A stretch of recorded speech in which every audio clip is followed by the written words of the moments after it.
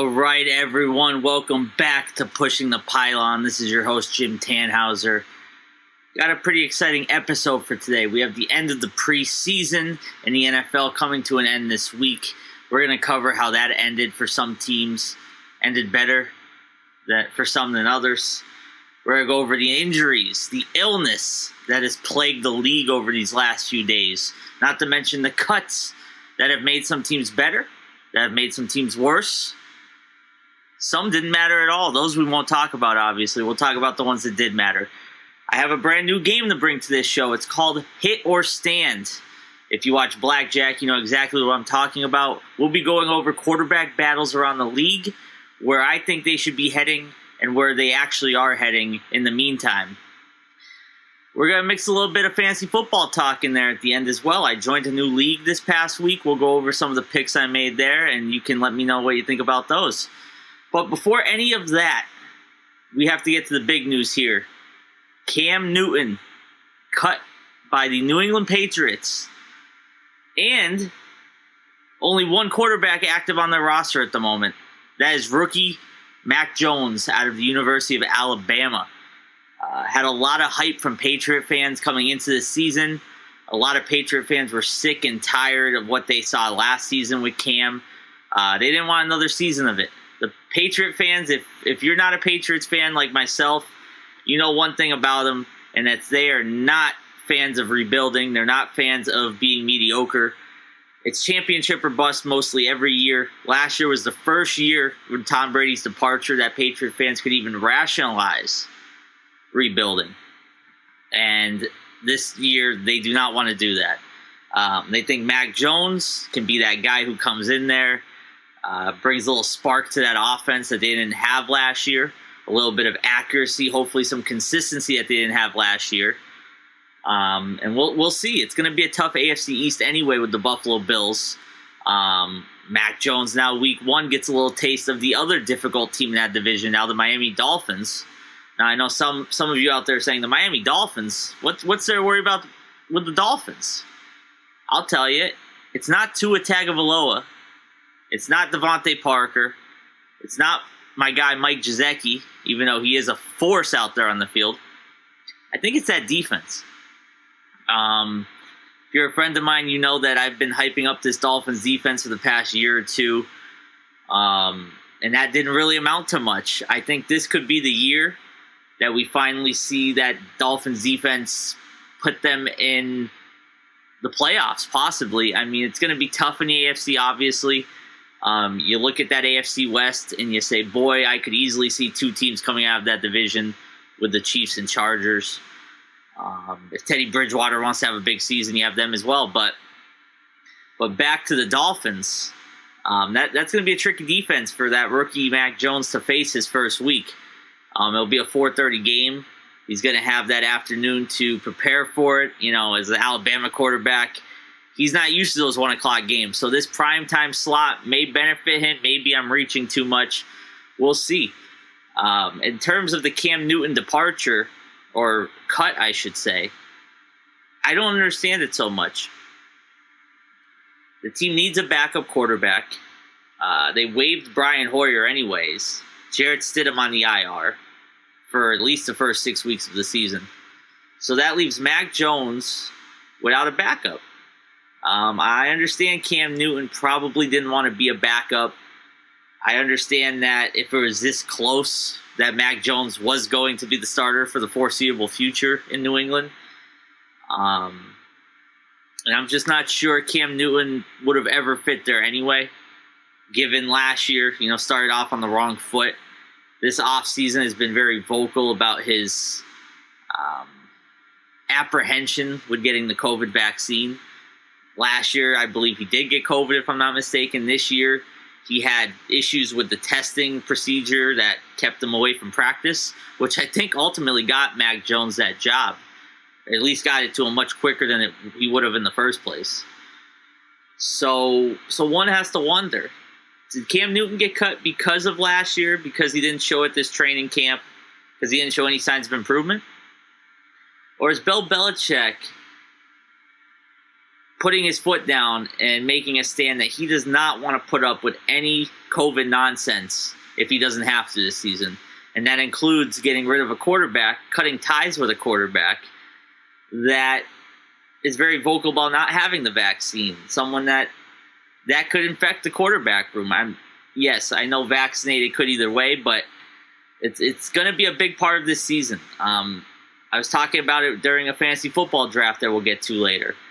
Vaccination status, though protected under HIPAA laws and privacy rights, I'm sure played a very important part with who was cut and who was kept on some rosters this offseason, especially if they were vocal about it like Cam. Other than that, I'm not too sure what the Patriots are doing here. I will go out on the limb and say they do trust Mac Jones. If he's the only quarterback on the roster, they must see something that kid can win them games. He has the backfield to do it. I like that backfield for a rookie. He has James White. He has Damian Harris. He now has a rookie in that backfield to deal with some of those offensive gaps he's going to have to overcome. With Ramondre Stevenson, I believe I said that first name right. Let me know if I did in the meantime. It's going to be an exciting AFC East, and with the Cam Newton departure, I'm not sure where he goes outside of that division. Some say New Orleans. I'm not too sure there. I think Jameis Winston will be all right there, but we'll see, because New England has a good track record of knowing what they're doing, and I have to just sit back and see how it plays out. And we'll be here at Pushing the Pylon to talk about it week in and week out in the meantime. For teams who didn't have big cuts like that, some of them had to deal with injuries and the COVID illness like we discussed before. One of those teams big in the news, the Baltimore Ravens, losing J.K. Dobbins out of the Ohio State University. Terrible, terrible injury to see. Knee injuries aren't good no matter what they are. Dobbins with the ACL tear, I believe there's more structural damage there. It's just bad news for Baltimore, especially in that run-first offense.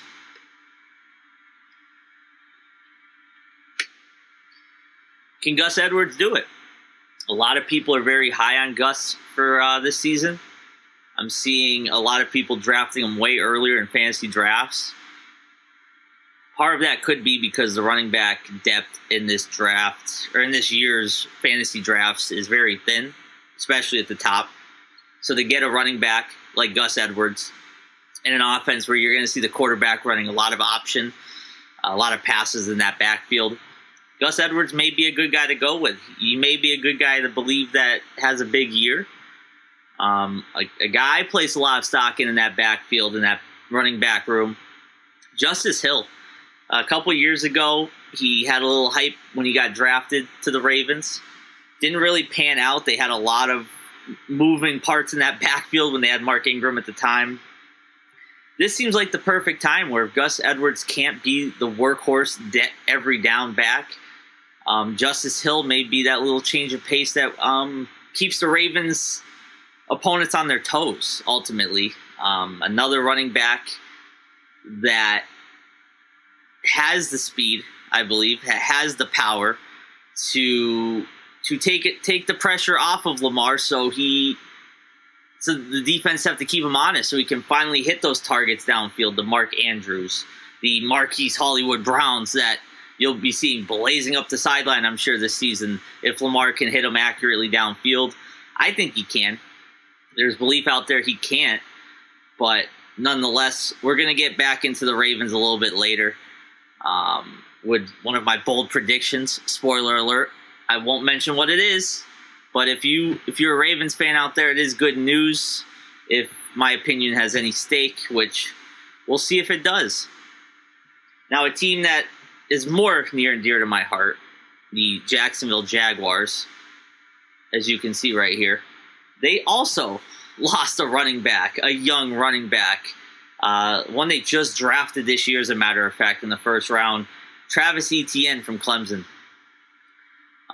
This one wasn't a knee injury. This was Liz Frank. I'm not a doctor. I don't know a ton about Liz Frank. I do know Leonard Fournette had the same issue in Jacksonville with that a little while ago. So the term is not foreign to Jaguars fans. But, man, when you lose a first-rounder, especially one with the hype of Travis Etienne, one that is college teammates with the other first-round pick you drafted, your franchise stud Trevor Lawrence, it's a heartbreaker. And it's coming off a huge season, James Robinson, the other back in that backfield. Etienne would have been that perfect change of pace to keep the pressure off him in terms of trying to replicate that season, which probably isn't that likely, even though he can still have a great season and fall short of last year. Etienne was that perfect guy to take the pressure off, and without him now, Carlos Hyde's back there. I like Carlos Hyde. I'm not sure if he is a suitable backup that you want for James Robinson, but Jacksonville's going to have to deal with it unless they go out and sign one of those running backs in free agency, the Todd Gurleys, which I don't think Jacksonville will. I thought Baltimore should have, jotting back to our last topic, but they ultimately showed no signs of interest in Todd Gurley. So he's a guy I think we'll see a few weeks into the season. But Jacksonville, with the Travis Etienne thing, it just brought back shades of Dante Fowler a few years back, tearing his ACL in training camp. Absolute killer. When it rains, it pours in Jacksonville. But hopefully the sun's coming soon with Trevor Lawrence. Regardless of who you put out there, I think Trevor Lawrence has the skill, has the talent to make everyone else around him better. He's going to keep Jacksonville in a lot of games this year where they probably have no business being in the games, some of which I hope they sneak out and steal, but that's remained to be seen. And without a guy like Travis Etienne, Trevor Lawrence is going to have to work a hell of a lot harder to accomplish the aforementioned expectations.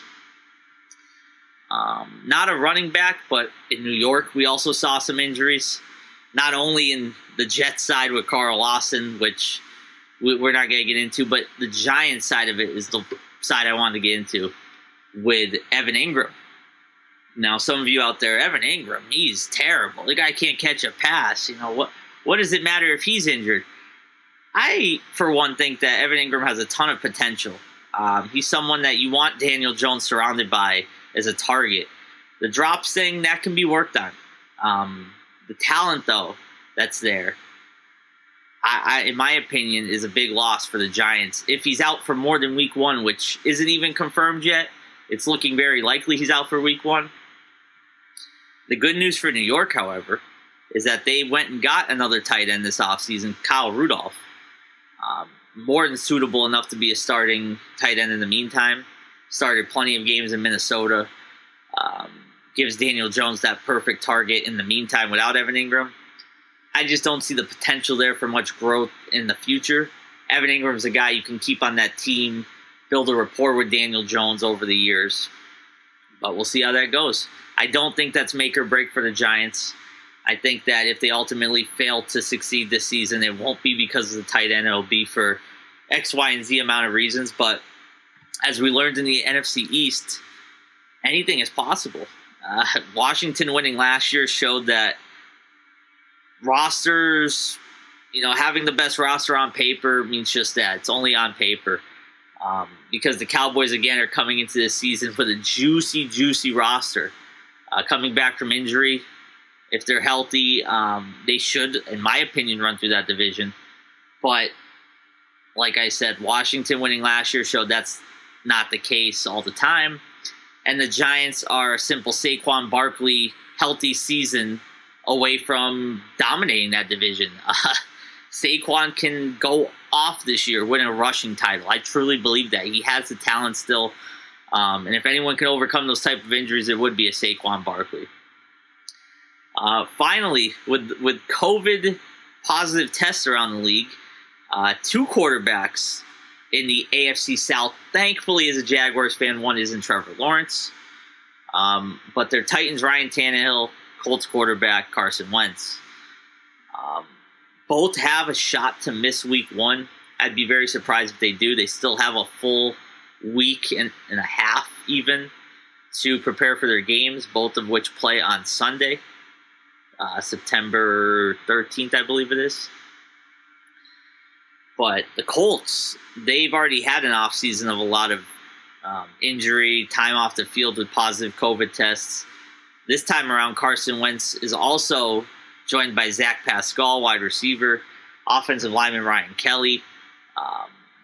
Both big losses in that Indianapolis offense. That's a team that prides himself on having a strong, consistent offensive line, especially with Quentin Nelson. So it's a tough start of the year for the Colts. T.Y. Hilton dealing with very serious, I believe, neck injury. That's something you just hate to see in terms of a player's chances of coming back on the field. Anything with the neck you don't want to mess with. The Colts had tons of experience with upper head-to-neck injury with Austin Collie about a decade and a half ago. T.Y. Hilton, they have so much respect for in that franchise. I doubt they're going to put him in harm's way. He will likely be out as long as there's any chance of a re-injury anywhere in that region. And rightfully so. Rightfully so. Credit to Indianapolis for that.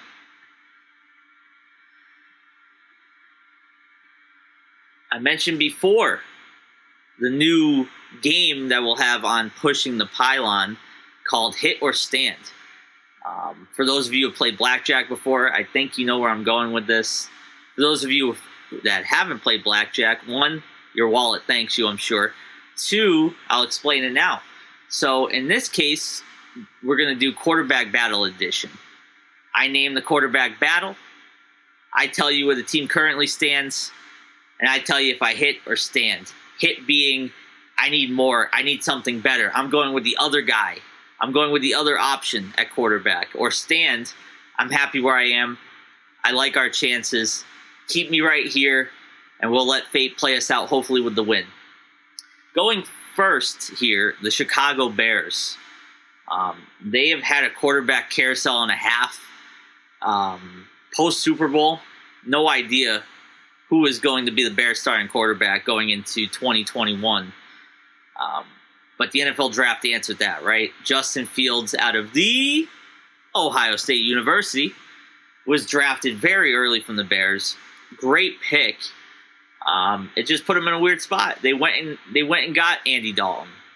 So Andy Dalton is that veteran experience you think for Justin Fields. Perfect situation. Get Fields ready for the start of the season. However, the Bears have already made the announcement that they're going to go with Andy Dalton out of TCU University, by the way, for week 1, while Justin Fields sits back and learns more of the offense. I don't hate the decision. I understand it as a veteran. You want him to go out there and establish your team's chances for the year. Is it worth putting Justin Fields in harm's way if your offensive line is showing clear signs of not being able to protect the quarterback? Do you put him out there if you start the season 0-3, 0-4, 0-5 when there's no pressure, even though there's also no reward? Or do you think Justin Fields is that primetime franchise player, just like Trevor Lawrence in Jacksonville, where he can win you games right away? Where you want to put him out there with the David Montgomerys, the Allen Robinsons, the young Cole Kmet, who I think could have a big year with Justin Fields if he plays. Do you want him out there to develop now? Or do you want him to sit back and watch Andy Dalton, someone that you truly think can give you a chance to win? For this one, dealer hit me. Dealer hit me on this one. I think Justin Fields should be out there right away. I don't think anything in the preseason tells me that he can't go out there and ball out right away. And the only reason he wouldn't be able to do that is if that offense doesn't do it for him. If Tariq Cohen stays on the physically unable to perform list. If Allen Robinson's not being the number one receiver you need him to be. But I don't think a lot of that's going to be the case this season. I do think the Bears have pieces here and there, David Montgomery even, that can explode this offense and an already shaky NFC North where the Detroit Lions, Jared Goff's good. Bears can beat them if Justin Fields is that good. The Packers with Aaron Rodgers, one has to think that they're a bad start of the season away from having chemistry battles in that locker room with Aaron Rodgers versus the front office. And then the Minnesota Vikings, who they're very talented on paper, back to that paper argument. But is Kirk Cousins the guy who's going to propel them to a division championship this year, I have my reservations about that. I'm not a huge Kirk Cousins believer. Another guy who has been very skeptical, not to bring it up again, but about the vaccine, that plays a part into it with that Vikings team. They have Kellen Mond, the rookie. If he ever had to step in for the Vikings, can he keep them on the right ship to winning a division? I don't know. But Justin Fields healthy on the Bears might be the guy for that. Especially watch out for Darnell Mooney, wide receiver, to have a big year with a flashy rookie quarterback with an arm. We'll see, though. Good luck to the Bears.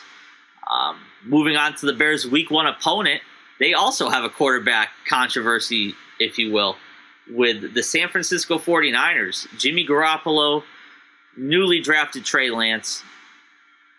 What do you do? Trey Lance was drafted so early to some draft boards' expectations.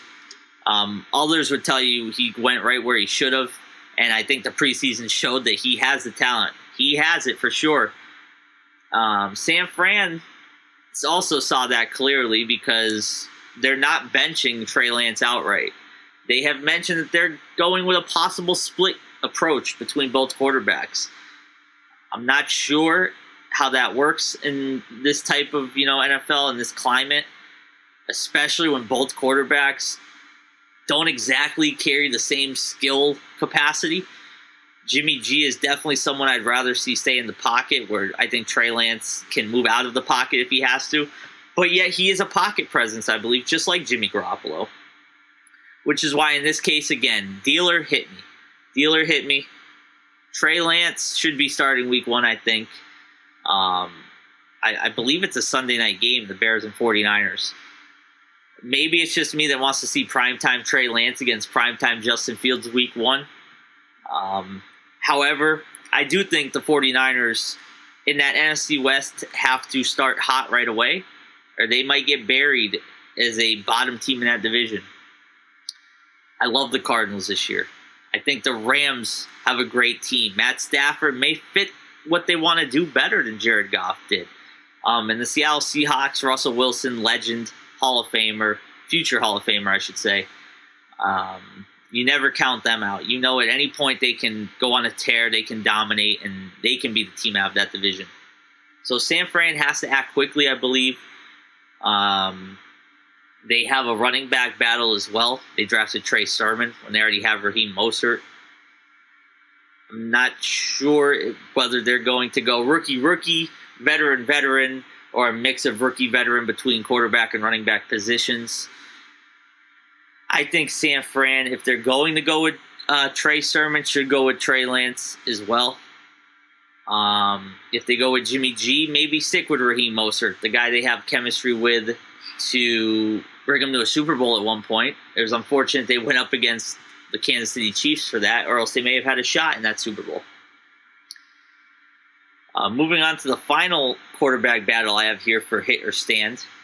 It was going to be the New England Patriots, but they spoiled it for me a little bit today when they got Cam Newton out of there. So we don't have to talk about them on hit or stand. Instead, we're going to talk about the Denver Broncos. Drew Lock, Teddy Bridgewater, two quarterbacks that I don't think anyone's going to die on a hill trying to defend. Drew Lock's a young kid. He showed promise and potential, I believe, the past season and a half or so of his career. But they went and got Teddy Bridgewater this offseason. He is someone who can go into a team, a new organization, and win games. I don't think he can bring you to the promised land, but he can certainly win you games. In Carolina, he had nearly 4,000 yards in 2020. Pretty even ratio of touchdowns to picks, 15-11, but definitely something I don't think the Broncos would hate. Drew Lock, on the other hand, last year, 3,000 yards, 16 touchdowns, 15 interceptions. Same ratio touchdown to pick-wise, but Teddy Bridgewater seems to offer you upwards of 700, 800 more passing yards in a given season. This one, I gotta be I have to disclose my bias here. Drew Lock is someone I'm a big fan of.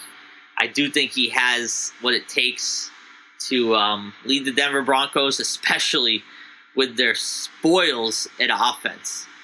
I mean, they draft Javonte Williams. Melvin Gordon's already back there in the backfield. Their receiving core, Jerry Jeudy, Cortland Sutton, Noah Fant. I mean, any decent quarterback should be able to succeed with those targets. Not saying go and beat the Kansas City Chiefs twice a year, but there's success to be had in there where they can compete with the LA Chargers, where they can go and beat the Raiders twice a year, I believe. They've since said that Teddy Bridgewater is the number one quarterback there.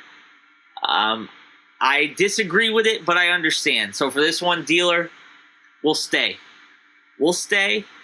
My only issue with it is that if you have Drew Lock around, putting Teddy Bridgewater out there is a huge detriment to Lock's development.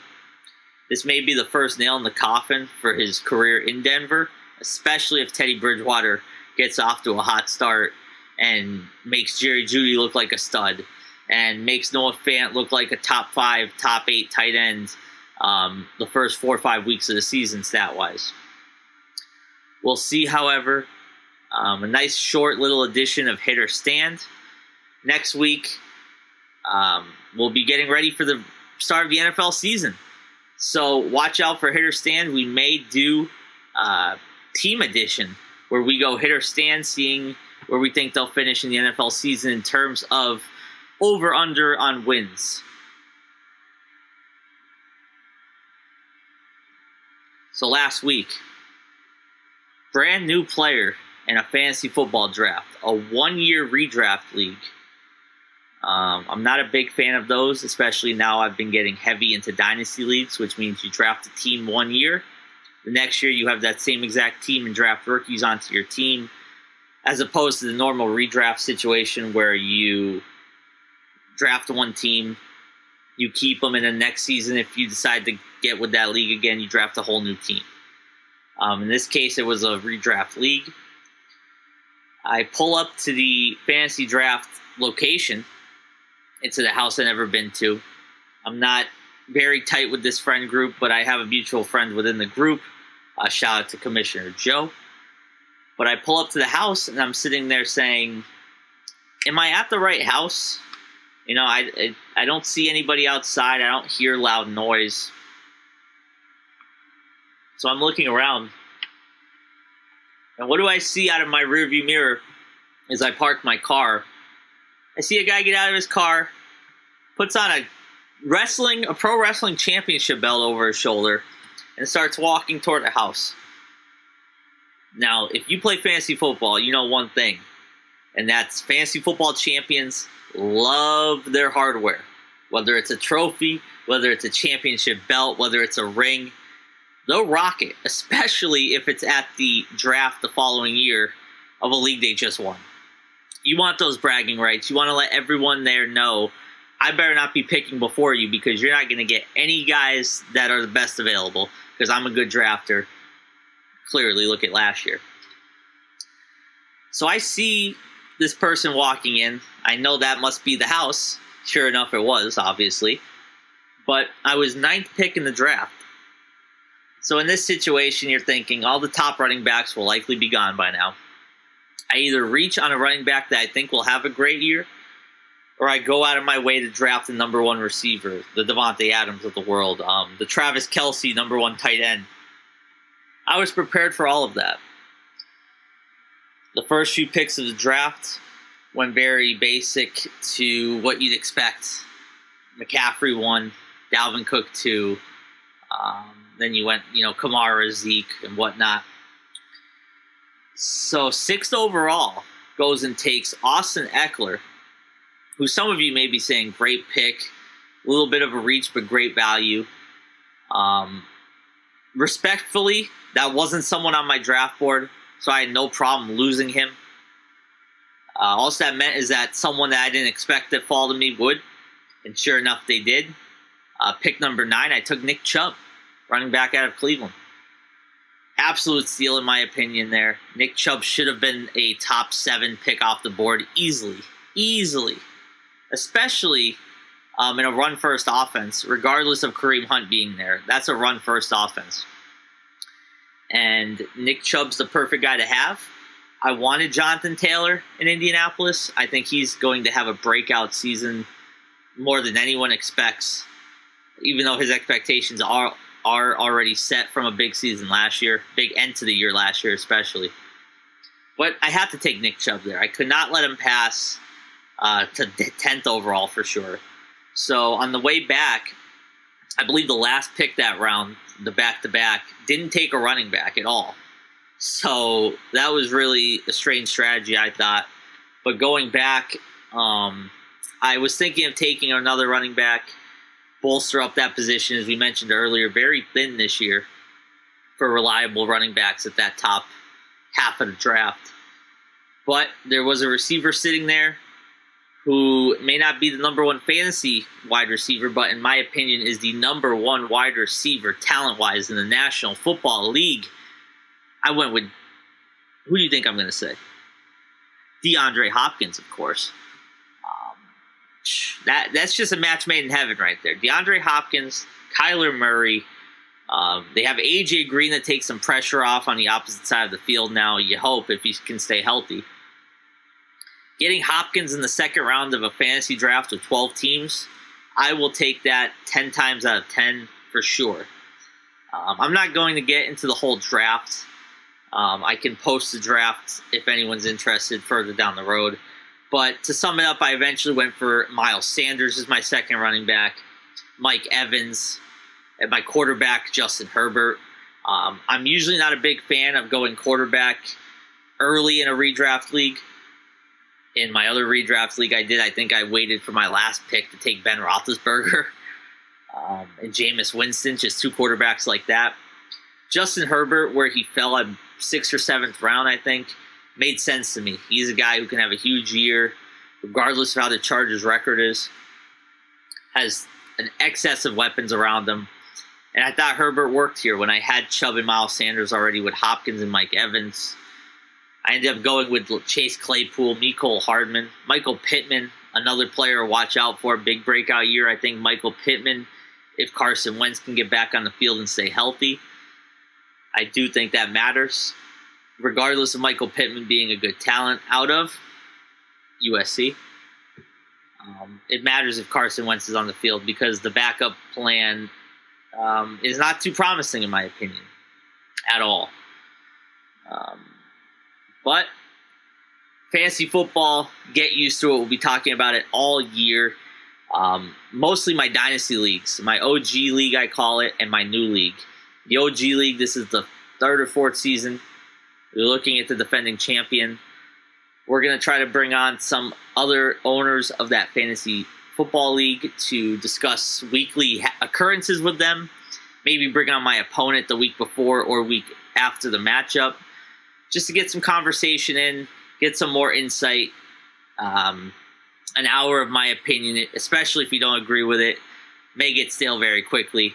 So you can watch my friends and I debate, or maybe my brother I can get on here. He's in the league. You know what? I do have to get my brother in here because he's somebody that I'll stick up for him in fantasy football. He always ends up in the playoffs or very close to making the playoffs. But I'll tell you what, if there was ever a meme team for fantasy football, it would be my brother's. He's a guy known for taking Tom Brady too early when he was on the Patriots. He takes a ton of New England Patriots as he was is a Patriots fan. He's that type of owner. He's not a dumb fantasy football owner, however. He does pick up the right guys, and like I said, he wins games. So I can't question it. I can't judge it too hard. But that's someone we can get on here for some fun. We'll go into that another time. But in the meantime, any fantasy questions you have, send them over to our Twitter page at Pushing the Pylon. Especially on Sunday game day, I'd love to answer any this or that, start or sit questions. Just reach them. I know that Sunday 11:30 to 12 p.m. time slot, you start sweating saying, should I start this certain guy? You're having second thoughts about that bold start you were going to make on Wednesday night. It's Sunday now. Maybe you want to play it safe. reach out to Pushing the Pylon. We'll help answer that for you in the meantime. Before we get into our final topic, need a swig of water for the working man and the working woman out there. Shout out Stone Cold for that one. Three bold predictions for the NFL season this year. I'm going to be making bold predictions all NFL season. However, there's 3 and a bonus one. You know, there's that little asterisk there. I said 3, but there's a bonus one with it because I love you all. You deserve all the content that I can cram into this podcast episode. So 3 bold predictions, 1 bonus bold prediction.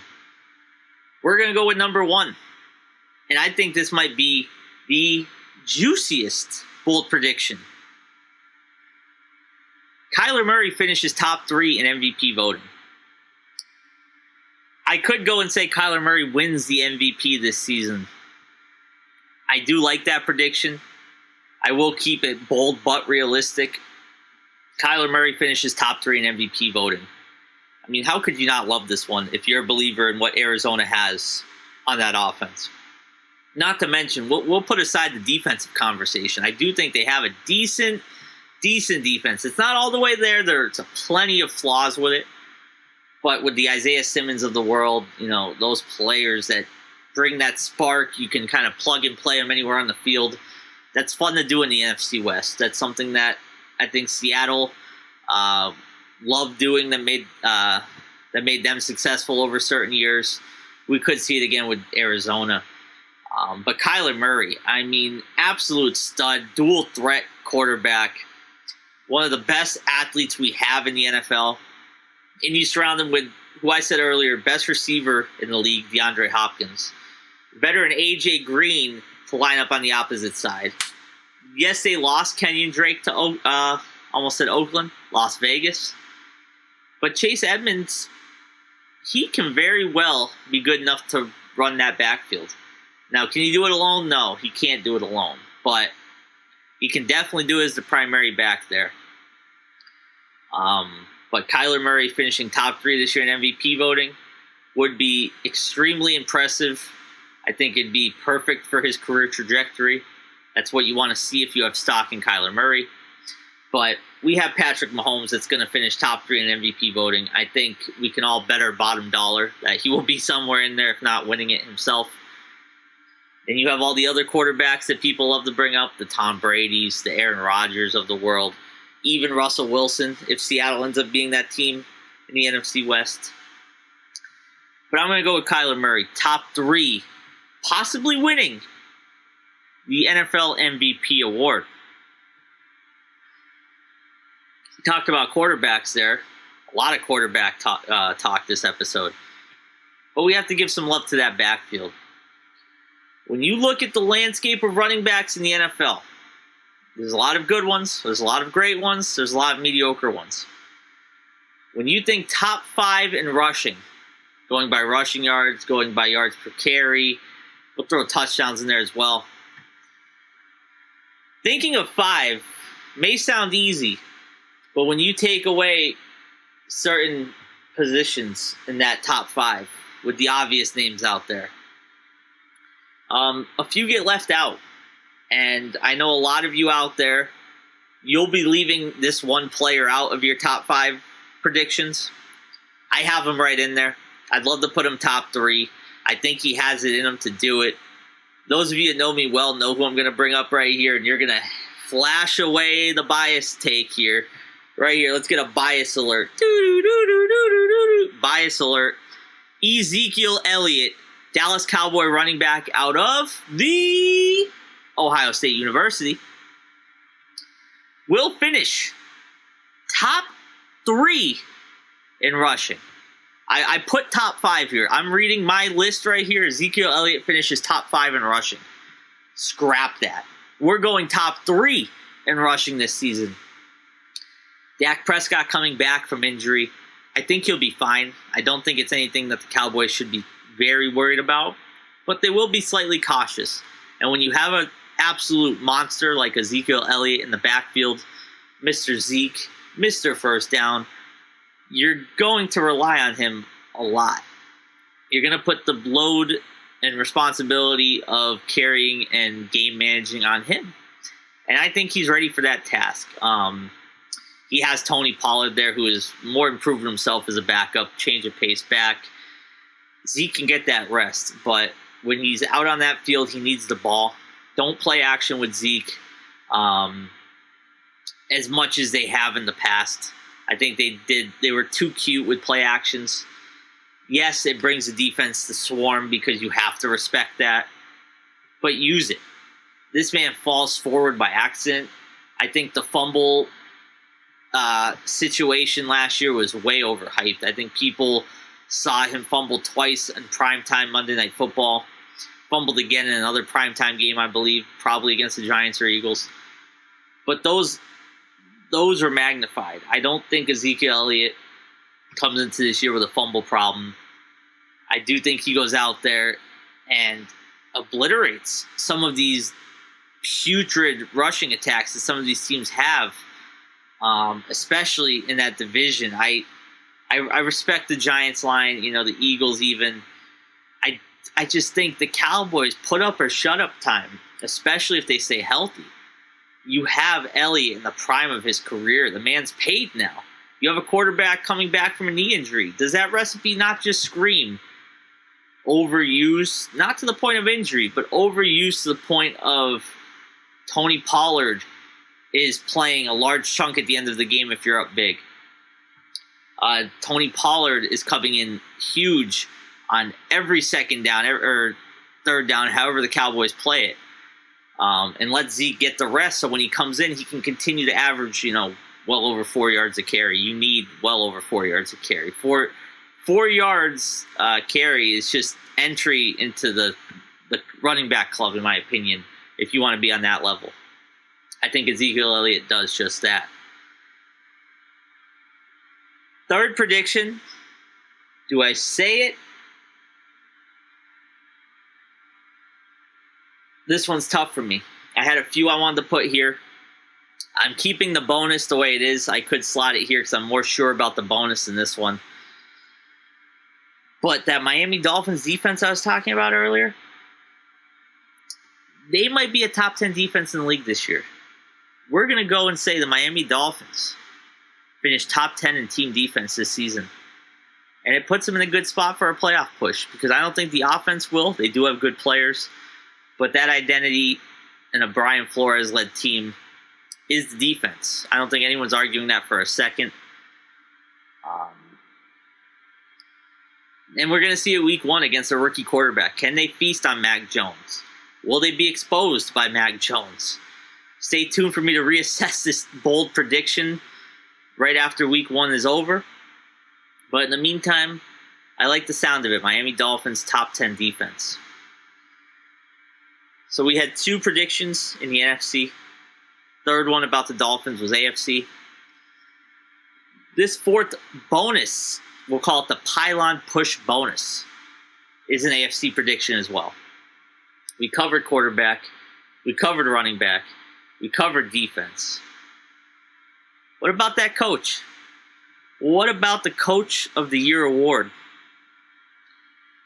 Who do we think has it this year? Last year, we saw Kevin Stefanski win it. Cleveland Browns more than deserved to have the Coach of the Year based on what we saw.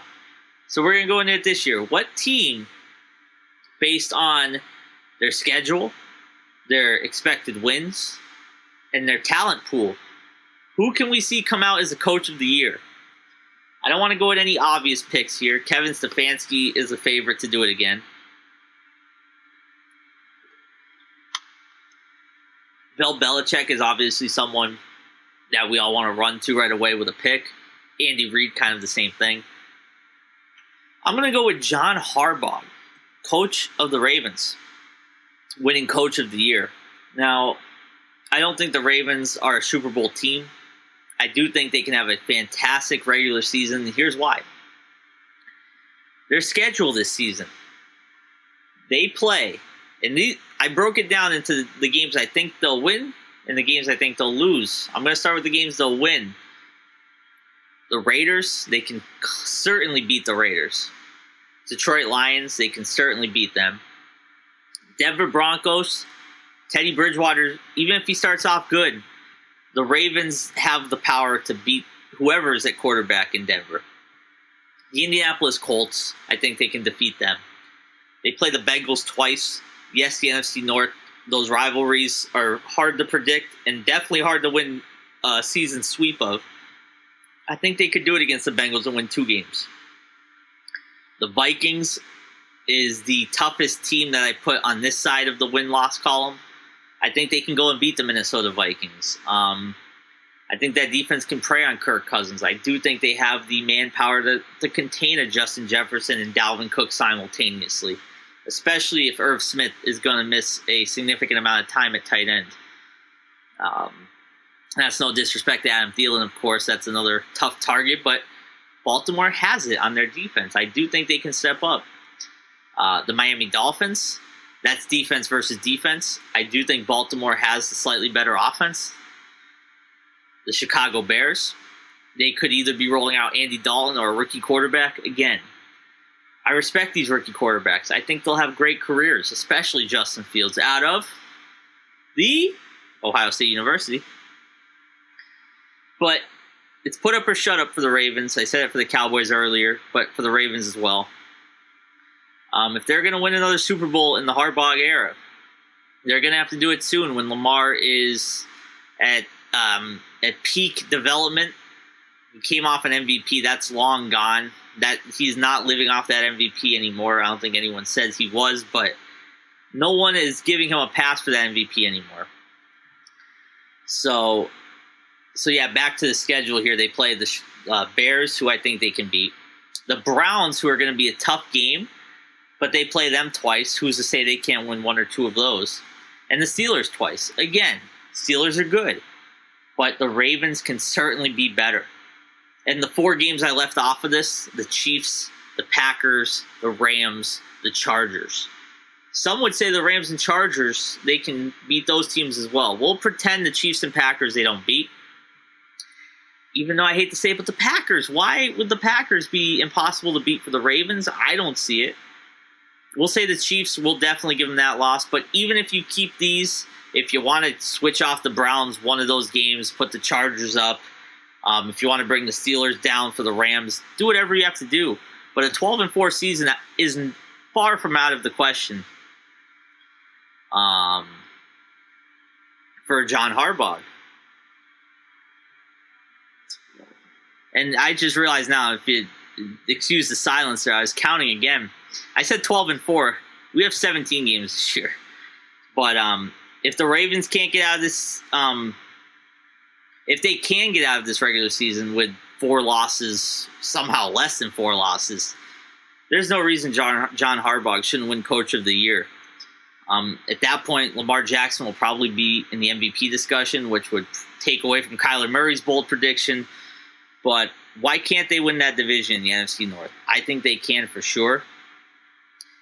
And then first, second round of the playoffs, they go and get their chance of revenge against the Tennessee Titans, who 2 seasons ago embarrassed them and made Baltimore look like they did not belong at all.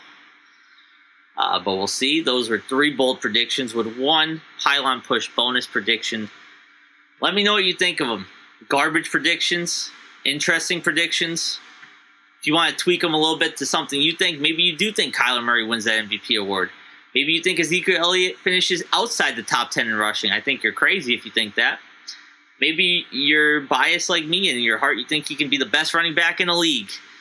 Bias alert, bias alert. But those are our bold predictions.